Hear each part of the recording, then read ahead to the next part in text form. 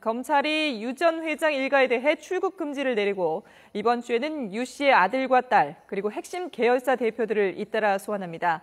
해운조합에 대한 수사도 속도를 내서 이번 주부터 조합 관계자들을 추가로 소환 조사할 방침입니다. 특별수사팀이 꾸려진 인천지방검찰청에 YTN 중계차 나가 있습니다. 김주영 기자.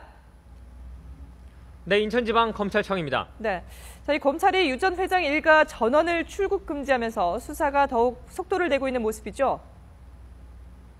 네, 그렇습니다.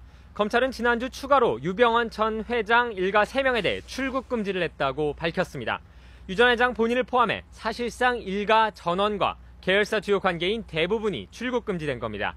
검찰이 유 전 회장 일가가 받고 있는 횡령과 탈세, 비자금 조성 등의 의혹에 대해 상당 부분 단서를 포착한 것으로 보이는데요. 검찰은 청해진 해운과 관계사들을 담당했던 회계법인 사무실 등 6곳을 압수수색하고 구체적인 물증을 찾는 데 주력하고 있습니다. 특히 관계사들의 수상한 자금 흐름과 집행 내역을 면밀하게 분석하고 있습니다.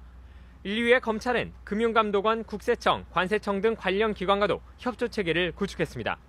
검찰은 유 씨 일가가 복잡한 지배구조를 이용해 관계사들 사이에 허위거래로 거액의 비자금을 조성한 것으로 의심하고 있습니다. 또 계열사들이 컨설팅 비용 명목으로 유 전 회장 일가의 유령 회사들에 수백억 원을 보내 비자금을 만든 정황도 확보한 것으로 알려졌습니다.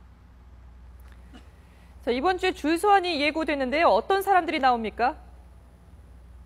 네, 그렇습니다. 이번 주에 유 씨 일가와 핵심 측근들이 잇따라 소환됩니다.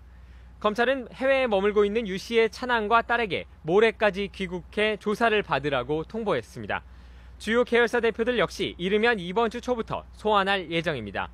이들은 모두 각 계열사의 대주주나 대표 역할을 맡아오며 유 씨 일가의 비자금을 조성하거나 차명재산을 관리해온 의혹을 받고 있습니다.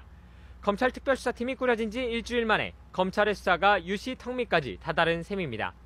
이미 검찰은 유 전 회장의 최측근인 고창환 세모 대표이사 등을 불러 조사를 마쳤습니다. 또 회사 내부 격리 직원과 퇴직자, 신입 직원 등을 참고인 신분으로 불러 조사를 진행했습니다. 유 전 회장이나 일가가 경영에 개입하거나 지시를 해온 중요한 진술이 확보된 것으로 알려졌는데요. 일부 참고인들은 보복을 우려하며 조사를 꺼려하거나 진술 사실을 비밀에 붙여달라고 요구한 것으로 알려졌습니다. 검찰은 아직까지 참고인에 대한 위협 등은 없었지만 만약 협박이나 보복이 실제로 있다면 공권력에 대한 도전으로 보고 엄벌할 것이라고 강조했습니다. 수사가 급물살을 타면서 유 전 회장의 소환 시기에 대해서도 관심이 모아지고 있는데요.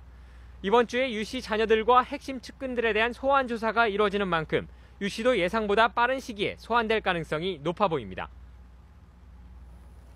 네, 유 전 회장 일가에 대한 수사와 함께 해운조합에 대한 수사도 속도를 내고 있죠?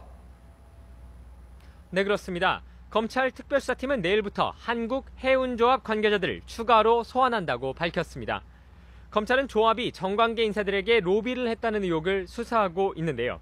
지난주 해운조합 본사 등을 압수수색하고 직원 2명을 소환한 데 이어 수사에 속도를 내고 있는 겁니다. 이미 검찰은 확보한 압수물 분석과 참고인 조사를 통해 구체적인 증거를 확보한 것으로 전해졌습니다. 특히 조합이 정부 부처 공무원들에게 고가의 상품권을 돌린 정황을 파악한 것으로 알려졌습니다. 이 과정에서 검찰은 일부 조합 관계자가 관련 문서 등 증거를 없앤 정황도 함께 확인했습니다. 앞으로 검찰은 항만공사 등으로 수사 범위를 확대해 해운업계 전반에 걸친 구조적 비리를 밝혀낸다는 방침입니다. 지금까지 인천지방검찰청에서 YTN 김주영입니다.